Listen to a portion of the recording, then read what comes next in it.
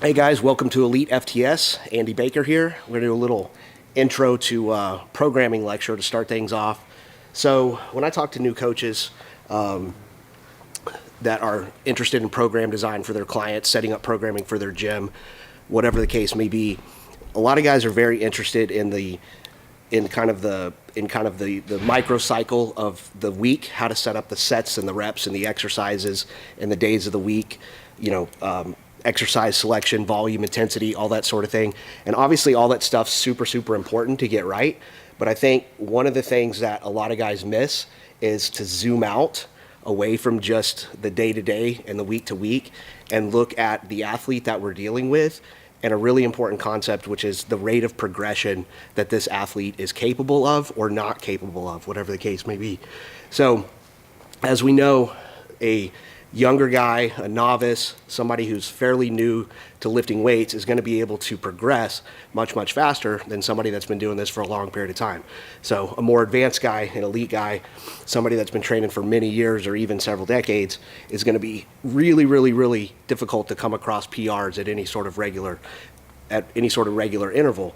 So you want to make sure that the rate of progression that you have set up for your lifter is appropriate, and that the rate of the progression matches the capabilities of the lifter. Because if you get a new guy and you're putting him on some super advanced complex thing, he's not going to be setting PRs as often as he's potentially capable of. So simple and fast is going to be more appropriate for the novice. And your more advanced guys, if you try to put them on something that's too simple and too fast, you're going to burn them out, potentially injure them. So the complexity and the slower speed for more advanced programming is by necessity, not necessarily because it's better. And typically if you write something down, like the way that we have our programming organized, novice, intermediate,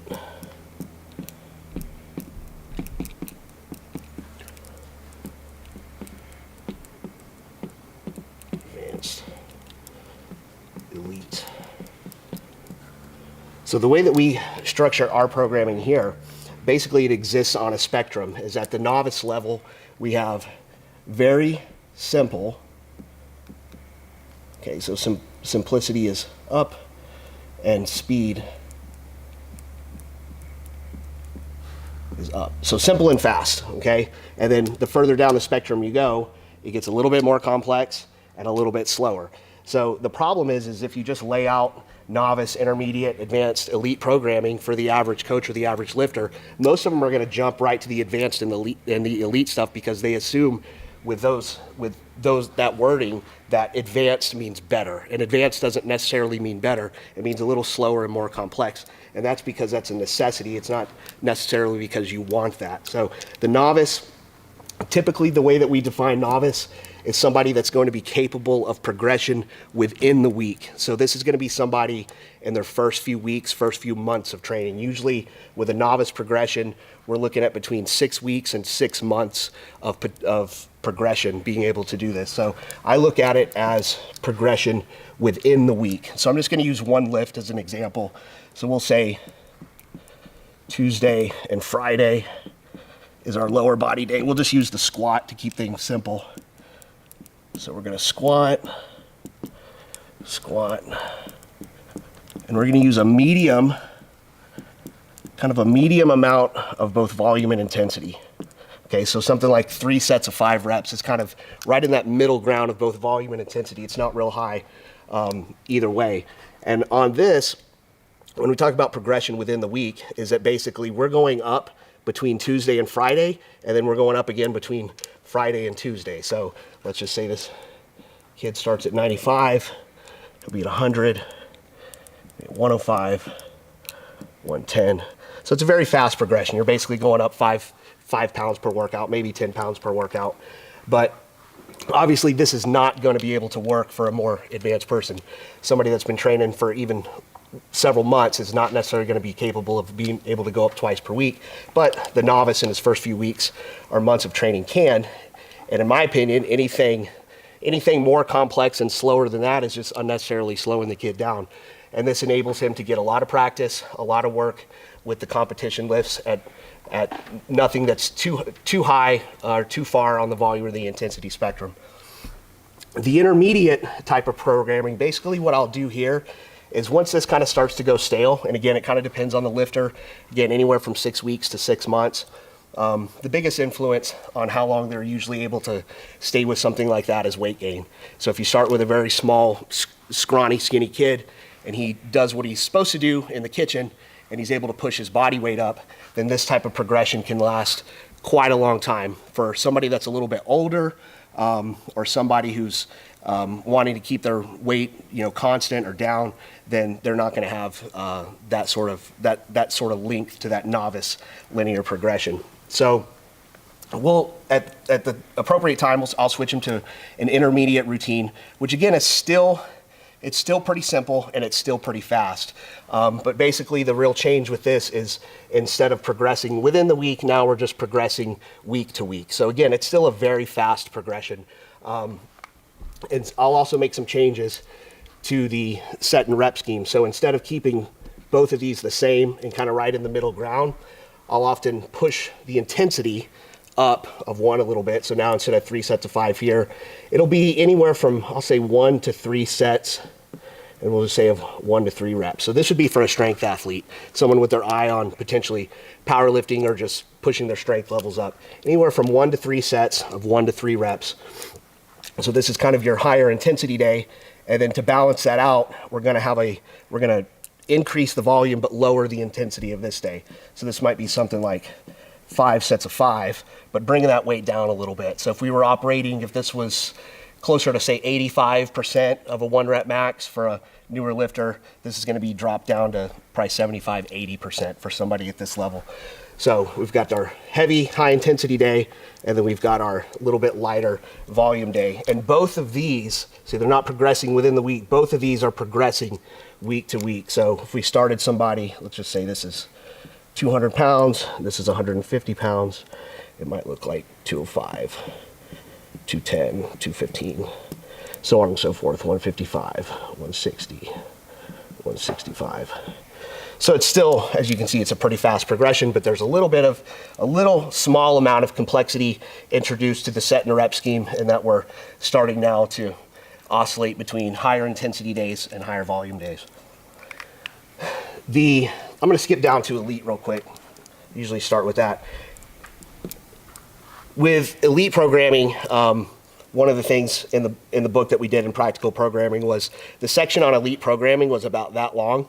And basically because our thoughts on that was when you get somebody that's been training, say, a decade or more, and that's competed at a high level, that's reached some pretty high levels of strength, basically at that level, everything's going to become so individualized and so auto-regulated that it's difficult to put something on paper that says, here, this is an elite program, because you're going to have all these different lifters and their programming is going to wind up looking very differently over time because they've got, they've reached different levels, they've got different injury histories, and just, different biology is going to make them respond better or worse to different forms of programming. So there's going to be all this little individual stuff that makes elite programming difficult to put on paper. And so basically we just kind of put, individualized and auto-regulated. So, but you'll know when you're there. Advanced programming though, going back, is basically what I look at it is most people, and again, advanced always assumes better or a very high level competitor, and it doesn't necessarily mean that. Basically what it means is just somebody who's been training long enough and hard enough that they're no longer capable of progressing with these very simplistic types of programming methodologies. And so they're going to wind up on something where you're having to plan for PRs at a frequency somewhere greater than a week. And so with my programming that I use, I'm asking for that lifter usually to display a performance increase or set a new PR on their squat, bench, deadlift about every 4 to 5 weeks, okay? And so what that's gonna look like, this takes a little bit of planning by the coach and by the lifter, okay? But basically, let's say this guy, his last PR was,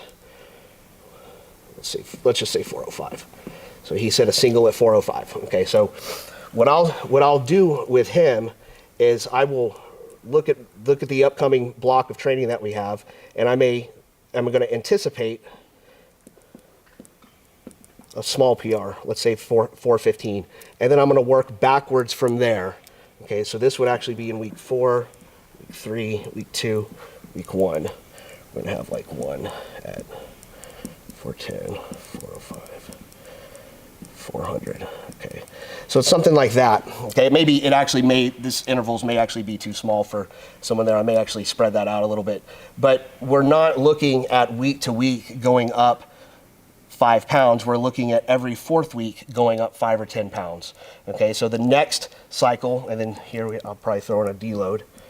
Here on this next cycle, we're going to say, okay, we ended this cycle, we set a PR at 415. On this next cycle, I want to have this kid hit 425. Okay, that's going to be our aim. So in week 4, I'm plotting 425, and then I'm working backwards from here. Okay. Spread that out a little bit this time with 10-pound increments. And then we're just repeating that over and over and over again. And I've worked a lot of my advanced athletes. The details in terms of sets and reps and assistance exercises and supplemental exercises and all that is going to vary a lot by the lifter. And there's going to be other PRs within these little 4-week blocks of training. There's going to be volume-based PRs. There's going to be PRs on assistance work and supplemental exercises. But really on the competitive lifts, the squat, the bench, and the deadlift, I'm looking at asking them to display a performance increase about every 4 to 5 weeks. And so this works. You want to go with advanced programming. You want to go still with an eye on a progression as fast as you can, but you really have to look at sustainability. Okay, it has to be sustainable, because the one thing that will kill your rate of progression long term is injury. And if you're trying to take a more advanced lifter and you're trying to push him too fast to too many PRs too often on the squat, the bench, and the deadlift, if you're trying to push that frequency too fast, you're going to wind up with overtraining and injury. And that's the main thing that I want to avoid. So we're looking at speed, but we're also looking at sustainability and avoiding injury. Elite FTS was founded in 1998 with the aim to live, learn, and pass on. We've done this through training-related content that allows you to become the strongest athlete and coach that you can. Over the past 2 decades, actually 2.5 decades, we've published more complementary training media than anybody else in the industry. When you look at the number of articles, the Q&As, the blogs, the videos, the podcasts, there's over 1 million pages of content that we've put out there. We've been able to do this through your support of Elite FTS. So when you purchased Elite FTS strength equipment, bands, accessories, gear, apparel, or anything through the site, you directly help support the content that we put out, which in turn helps support other people on their journey of becoming stronger and better coaches. So stronger athletes and better coaches, which encompasses the aim and the vision to live, learn, and pass on. So I thank you for the support that you've been giving for the past 25 years and encourage you to keep supporting Elite FTS into the future so we can all help more people become better and stronger. Discount code TABLETALK for 10% off your first order.